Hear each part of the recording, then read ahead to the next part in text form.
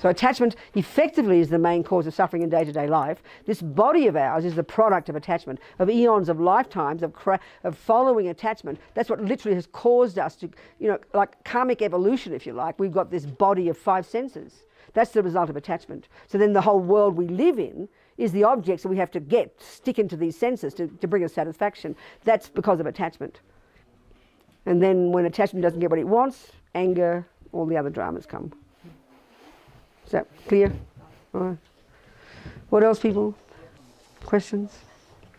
But attachment, Lama Yeshe said, I told you this, Lama Yeshe said, I can tell you about it for a whole year. And that word for us is really confusing because we have this really gross understanding of what attachment is, Oh, I like chocolate cake, I'm so attached. That's like the grossest tip of the iceberg. It's so primordial, it's so constant. We don't notice it most of the time, We don't, in fact, even in our ordinary world, it's considered a normal state of mind. What Buddha would call a serious mental illness, we consider in modern psychology as a normal state of mind of a normal person. So, to even identify it is not that easy for us, So like I said, when we begin to understand the relationship between attachment and aversion, in our world we know about anger. We know about anger. We use it, we know the word, we can see the result. And we might sort of know, we might know an aspect of attachment called, manipulating, called expectation, controlling. They're all aspects of attachment. We know those problems. People who are possessive, that's attachment. They're aspects of attachment. But we would never see them all as part of all symptoms of one problem called attachment. We see them as different problems.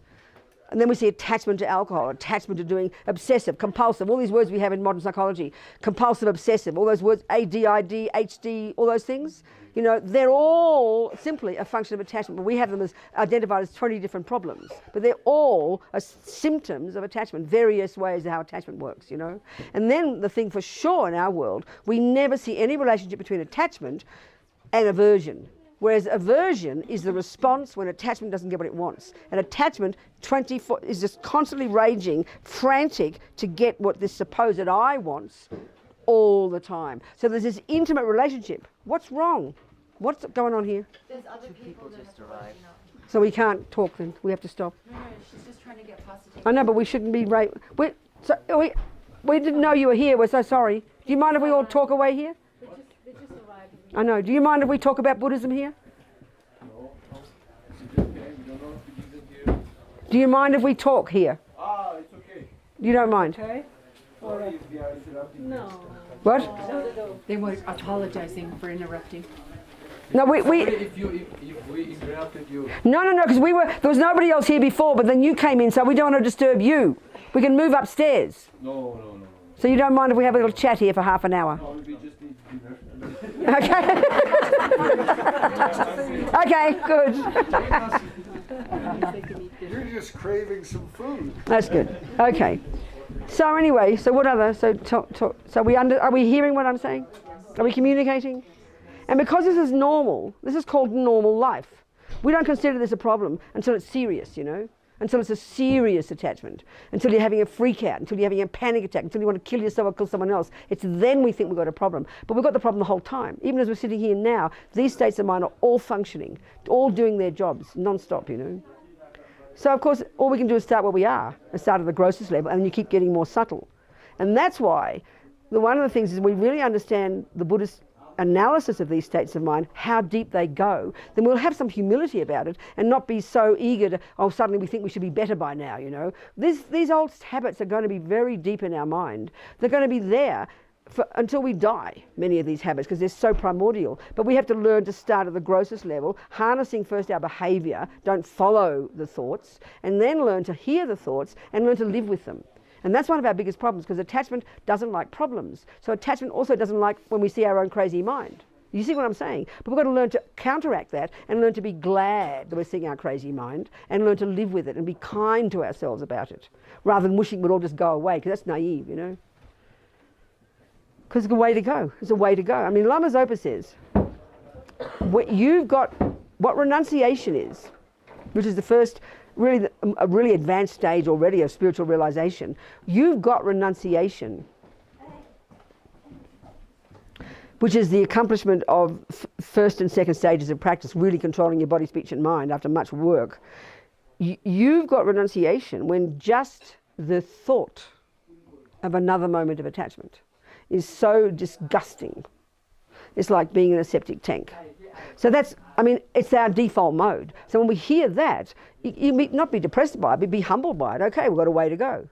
So we just have to keep working with it and living with it. And that's why the first level, which sounds kind of boring to us, control your body and speech first. It sounds boring. Oh, I want to meditate, please. But we've got to harness your body and speech. I mean, that's why AA is such a good example. They talk about giving up alcohol. And then 24 hours a day you say, you know you don't have the alcohol. That's controlling your body. And look at the result. Then you can start to look at your mind. Then the real work starts, you know. And that's the same here. If we can control our body and control our speech, 99% of the problems in our lives won't exist. Because that's what causes problems with other people.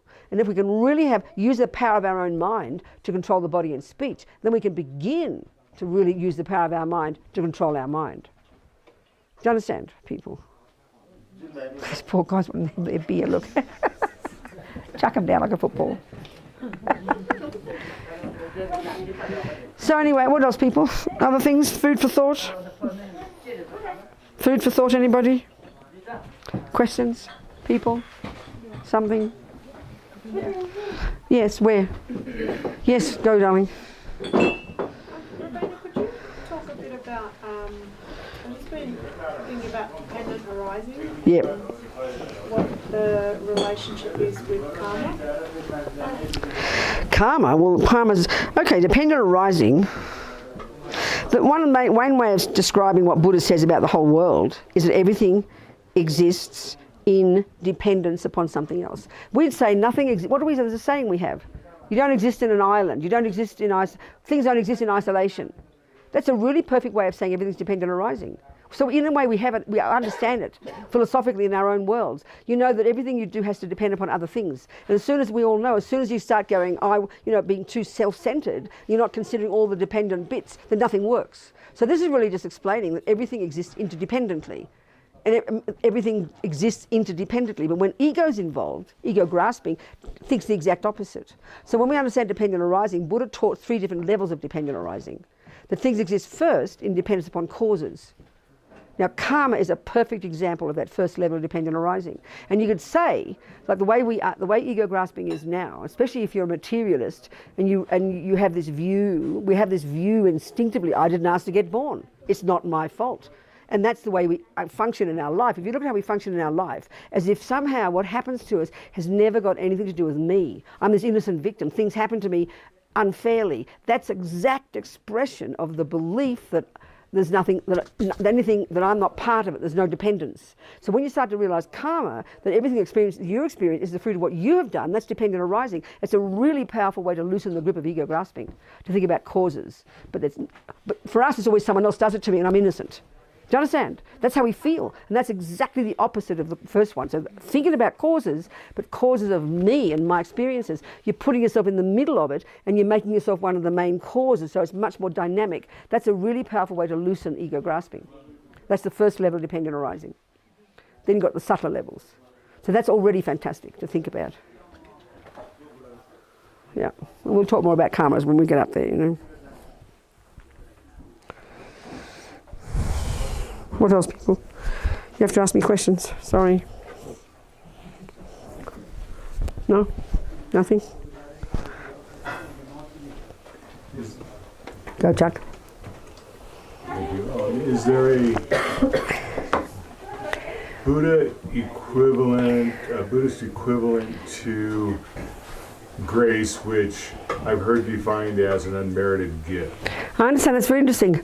So talk about what you think it would be. How would you describe it? Well, for instance, the blessings that I enjoy in my life today, I did describe earlier as grace. It's an unmerited gift. I don't know. Unmerited gift. So who gives it? But someone's giving it.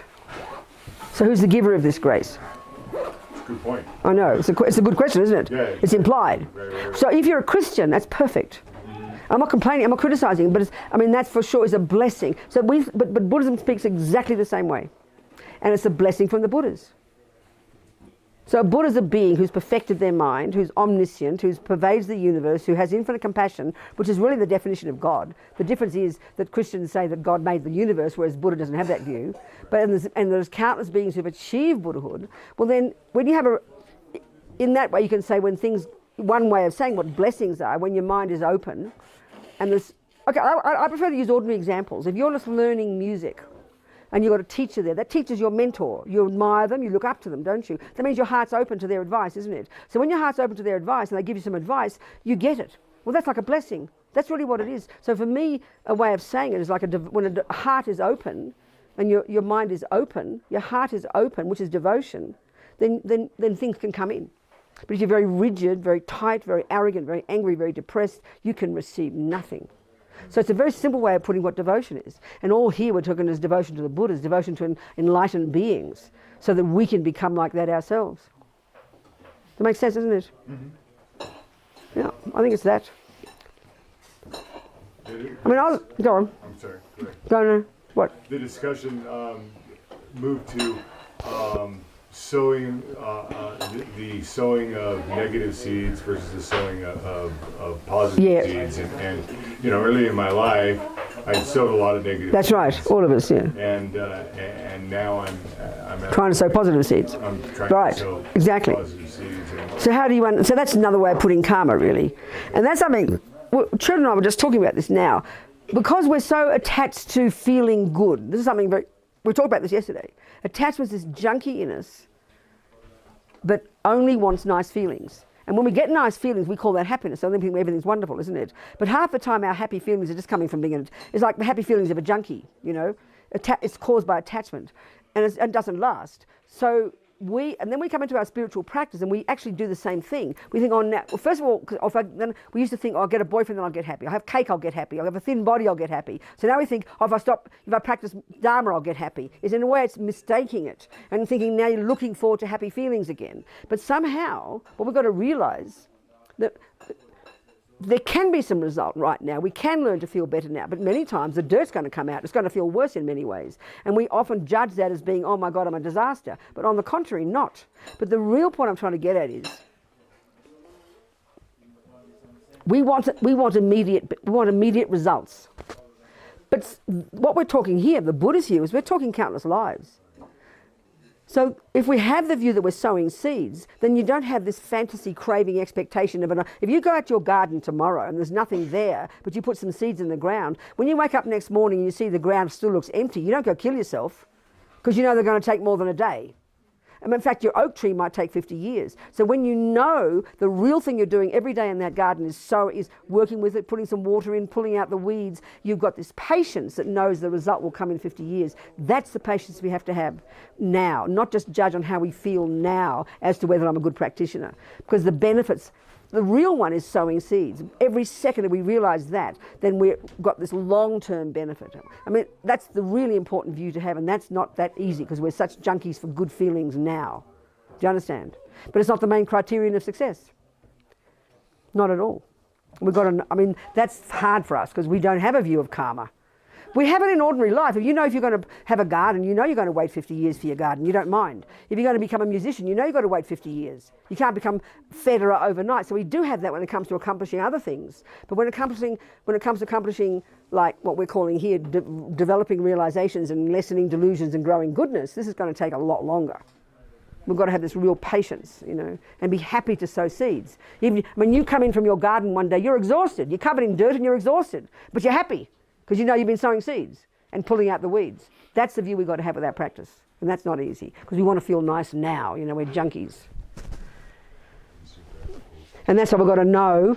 Got to have a good teachers to know what does it mean, sow good seeds? What are the criteria of that? And we're going to go into that in more detail. What is it that determines the things I think and do and say are sowing the right seeds? We've got to have a clear kind of guidelines. Do you understand? Yeah.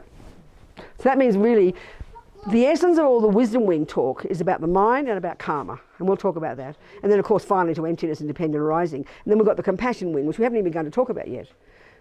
But that's the end result of it. That's where you continue working on your mind, but now it's more in reference to sentient beings. The first part is all the nuts and bolts of Buddha's teachings that you apply to yourself. This is the main part of Buddha's teachings, you know, that you apply to yourself. The compassion wing, as much as continuing to work on yourself, you also, now it's to help you help others. That's the point, you know. Yeah. And then we'll talk too about all this business of devotion and the Buddhas and all those practices and the visualizations and the prostrations and the water bowls, where all that stuff fits, because it seems odd. We can't kind of feel, well, that fits with this, you know.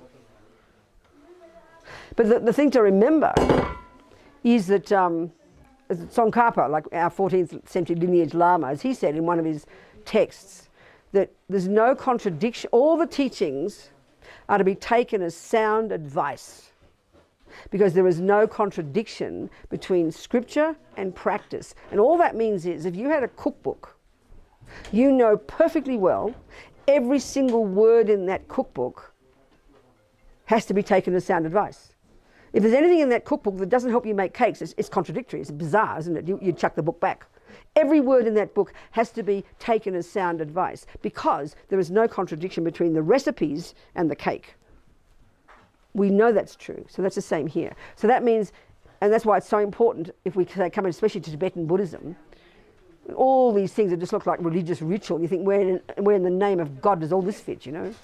But if there is any system, any method, any word, any philosophy, any metaphysical thing, any practice, any ritual that isn't to help you develop your mind, lessen delusions and grow goodness, then it is a complete waste of time. Don't do it. So that's why we have to take it at our own pace, but check up what it is logically. What is the benefit? Why would you do a prostration? What does a water bowl mean? What do these things mean? What's the benefit? How are they going to be helping me develop my mind? And if you think they're just a mere ritual, then that's superstition, and that's really shocking, you know.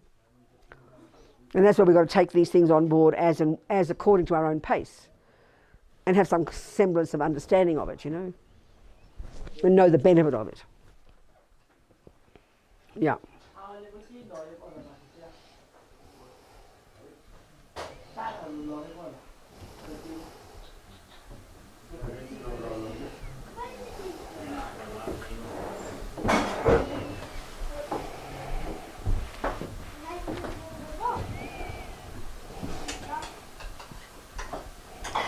What else, people? Questions? Where?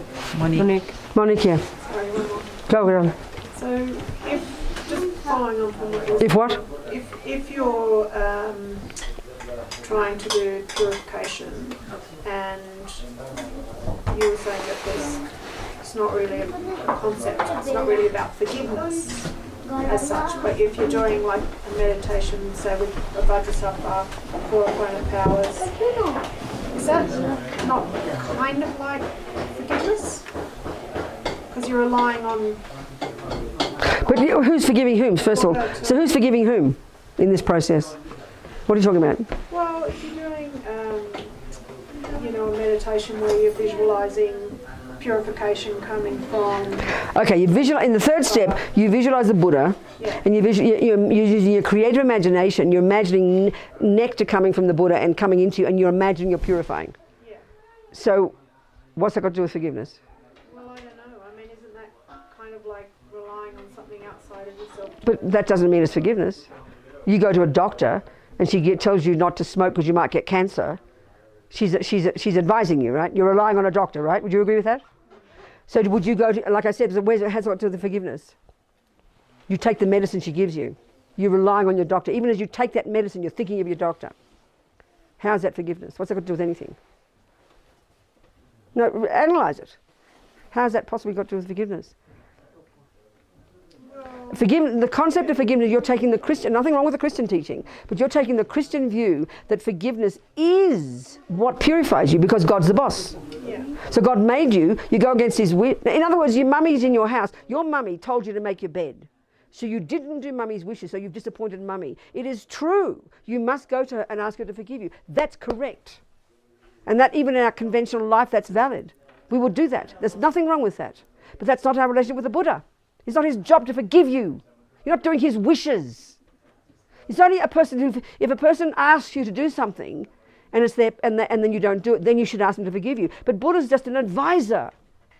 If you think the doctor's a person who's telling you to do it because they're the boss, then you ask them to forgive you, and then you won't get cancer. So there's a very distinct point. Can you not hear me? Just because you rely upon a doctor doesn't mean they're forgiving you. Just because you rely upon the Buddha. Do you hear me or not? I need to think about it. But it's straightforward English words. You're a university professor. Whatever you are. But forgiveness means what? Speak out forgiveness. What does it mean? So you're thinking Buddha's there saying, Robina, you're a good girl after all, I forgive you, and now your sins are forgiven. That's forgiveness in religious terms. That's what you're suggesting. So you do regret, reliance. You do the practice. You visualize the Buddha purifying you. Yeah. Well, how is Buddha forgiving you? What does Buddha do? It's your mind. You're just imagining the Buddha. You're using the idea of the Buddha and you're imagining something. It's not about the Buddha, it's about you. It's like a tool. It's just a tool, darling. Do you see? Think of the context of forgiveness. Think of ordinary life. As soon as a person has the power to say to you, don't do that or do that, that's the person who has the power to forgive you. But if that's the, when you're not doing, like when you break the law, and then you give a good enough reason to the police, they might get you off. That's forgiveness. Because it's the policeman's job. He's got the power. Do you see what I'm saying? Buddha's not got that role. He's a doctor. He's a doctor whom you decide to rely upon, whose medicine you use to fix you. If he had the power to forgive, then you'd go to that doctor and say, please, I smoke cigarettes and can you please forgive me so I don't get cancer? You know it doesn't work like that. Can you see the difference? The Buddha's an advisor. The doctor's an advisor. That's why they use the analogy of a doctor, of the Buddha. That's how your relationship with the Buddha. In this context. Do you understand? Okay. See, and that's why in some way as soon as people hear, not you now necessarily, when we hear about prayer, we have this assumption that prayer is to a creator. There's an assumption there. And then people hear that Buddhists say prayers. So the first commonest question people ask is, well, who are you praying to? Because we have an assumption that prayer is saying to God, please fix me. But that's not what's being said. You're not asking the Buddha to do that. You're relying upon somebody. So in that sense, I can tell you, from the time I was a Catholic, children are the same, we're both brought up as Catholics, I was in love with God and Our Lady and the saints and all those people, right? I can say the feeling for me, actually curiously, I never thought of God as my creator. I never thought like that. I didn't get guilty. I didn't feel bad, guilty and things, and ask for forgiveness. I didn't. But the feeling I had is exactly the same then as it is now for me in relation to the Buddha. And then, of course, the Guru, who's the human manifestation for us of the Buddha. It's exactly the same as the devotion I had as a child. So I didn't think of God as my creator. I never thought of that. I never thought of forgiveness. I never thought of those kind of things, So it's really the same. So what I'm talking about is the quality called devotion. And that's why I even mentioned a simple example of your music teacher. I mean, some people have a teacher from their kids, when they were kids. They adore that teacher. They'll never forget that teacher. That's devotion. You rely upon that person, they give you advice, you think about them. Like if you're playing the piano, you're thinking of what your teacher's telling you. We all have that. That's good, we need that. And that's no difference whether they're your creator or they're not your creator. In a way, that devotion is the same. Do you understand what I'm saying, people? Or not? I mean, Tibetan Buddhism is hugely into devotion. It's an essential part of the whole practice. We haven't talked about it yet, but we will more. And for me, it's got a logical function, a really logical function. It means your heart is open. It's related to devotion is related to humility, and an open heart. That's huge. That's really huge. And that facilitates things. If you're really devoted to your music teacher and really want to do their wishes, you're going to succeed very quickly because you'll be open to their advice and you'll take it and you'll do it, Do you understand? Whereas if you're sitting there being arrogant, I don't need a teacher, who do they think they are telling me what to do? You'll be paralyzed. Nothing will happen. I mean, they don't talk about this. They don't talk about devotion like this in the text, but you can see it's fairly obvious, We'll discuss this thing.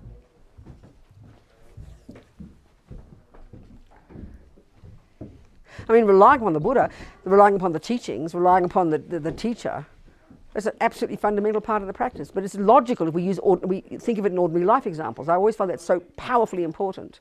Not just put it in some kind of religious context only, you know. It's logical.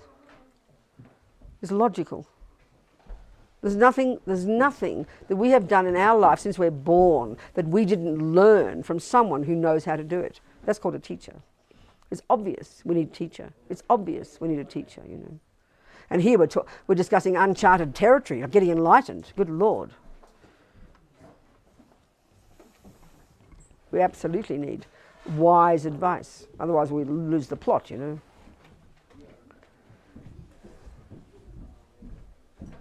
But we have to do the work. We have to do it.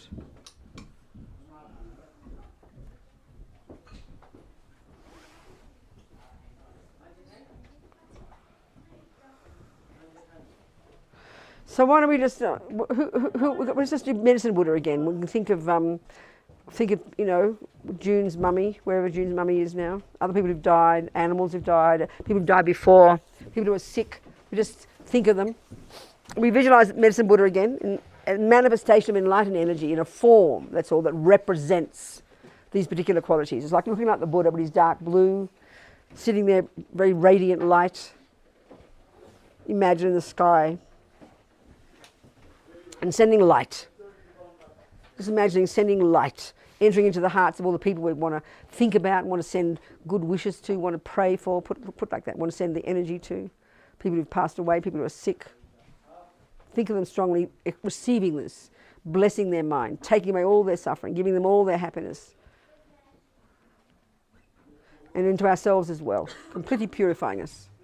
Completely purifying all the delusions, all the ridiculous ego grasping, all the attachment, all the fears, all the dramas, all this nonsense that breaks our hearts. Filling us completely. It's just that we say a few times the mantra, that's all. Tayata om bekanze maha bekanze ranza samungate swaha. Tayata om bekanze maha bekanze ranza samungate swaha.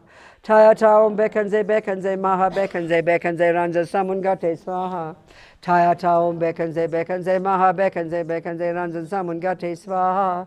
Tayata om bekanze maha bekanze ranza samungate swaha. Tayata om bekanze maha bekanze ranza samungate swaha. Tayata om bekanze maha bekanze ranza samungate swaha. Tayata om bekanze maha bekanze ranza samungate swaha. Tayata om bekanze maha bekanze ranza samungate swaha.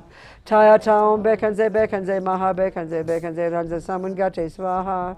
Tayata om bekanze maha bekanze ranza samungate swaha.